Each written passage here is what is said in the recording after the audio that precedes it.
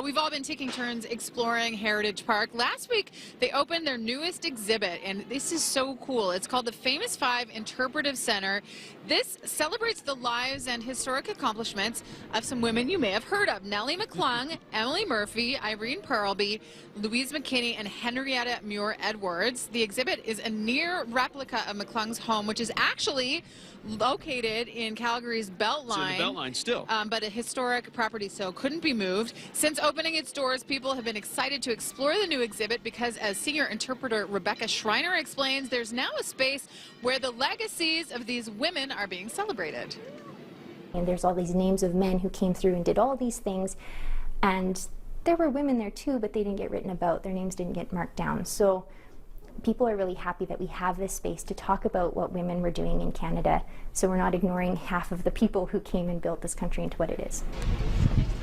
And I want to let you know that Rebecca was an amazing tour guide. She just knows everything there is to know about this space. Now, if the Famous Five doesn't ring a bell, if it's been a while since you were in history class, they were the group who petitioned for women to be included under the word person. A person. A person. Yes. Women wanted to be people. They wanted to be and people. Imagine that.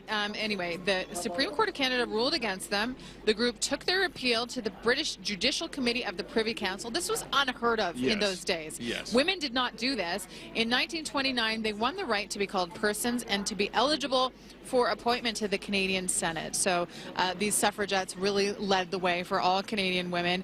And there are 3 floors of interactive spaces in this building. Downstairs, there's a space that can be used as either a classroom or a meeting area. Well, that's great for school kids. It's fantastic. For sure, yeah. Big space with a working kitchen on the main floor, a giant dining room, giant living room.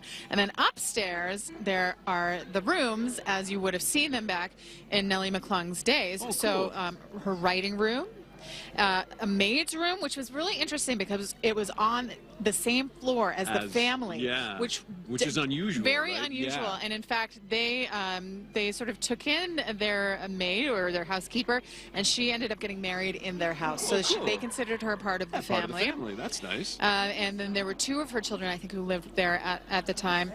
And one thing that I learned, they would hold what they called pink teas there. Pink teas, okay. And this was a chance for women to get together and talk about things that they weren't supposed to talk about, like politics. And what they would do is that they would decorate everything in as much pink and flowery stuff as possible.